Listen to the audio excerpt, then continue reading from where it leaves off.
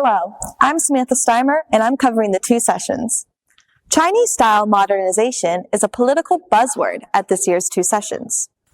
When joining in a deliberation with fellow deputies from the 14th National People's Congress from Jiangsu province, President Xi Jinping called for more efforts to be made into building China into a modern socialist country in all respects. But what is Chinese-style modernization? What makes it different from Western modernization?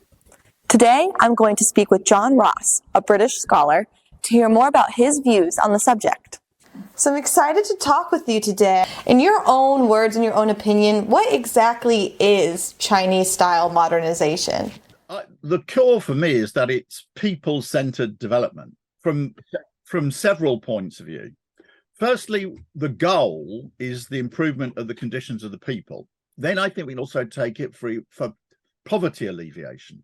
China's very dramatic economic growth, particularly after 1978, which is the fastest of any major country in world history. Nevertheless, despite the growth, it left somewhere 50 to 100 million people who were in very inaccessible places or very, very underdeveloped regions. And let's say they weren't lifted out of poverty by simply economic growth, which lifted hundreds of millions of people out of poverty.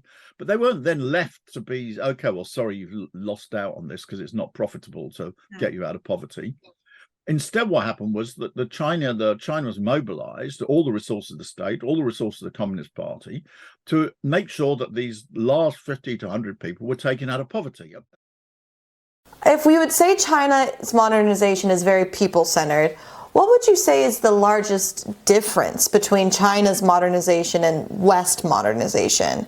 Western-style modernization, to put it very bluntly, is based on the greatest crimes in human history. It was based on slavery, the transportation between 10 and 15 million people across the Atlantic in order to develop slavery within the United States.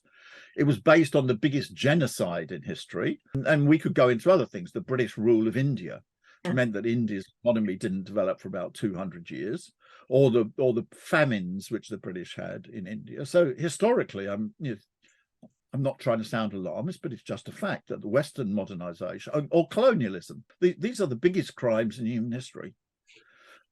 Therefore, that was the basis of Western-style modernization. Right? But keeping these differences in mind, the differences you just mentioned between the Western modernization and Chinese modernization, what do you think will be their meaning China's biggest obstacle as they continue to modernize, as they move forward within this year and the next?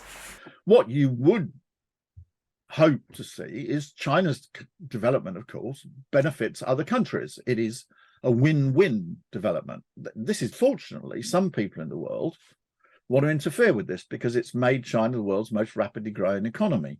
If you look at competition between China and the United States, firstly, nobody can complain if the United States competes by speeding up its own economy.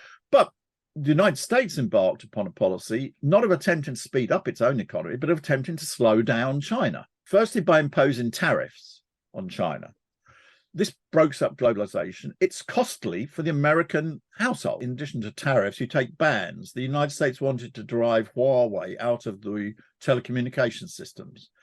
Now, this attempt to slow down China is very negative from the point of view of world growth, if it was successful, because China's growth is one of the main factors accounting for world growth and aiding all countries.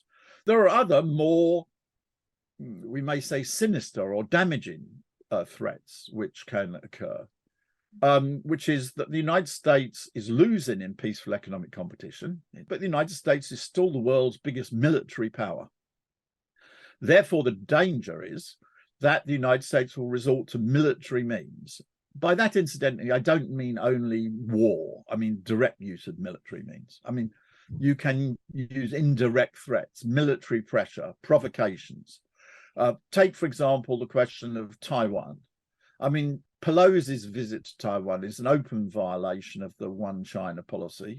It's an interference in China's internal affairs, and it creates a great deal of tension. It's very risky. China's been developing itself if you look at the two most recent crises, it came through the international financial crisis much, much more successfully than any other country. It came through the COVID crisis more successfully than any other country. So those are the risks. I think it's quite clear on the basis of more than the last 70 years that China will come through them. Today, I learned so much from John Ross. He taught me about Chinese-style modernization and the main keys that make it different from Western modernization. I can't wait to learn more. Please stick with us as we continue to cover China's 2 sessions.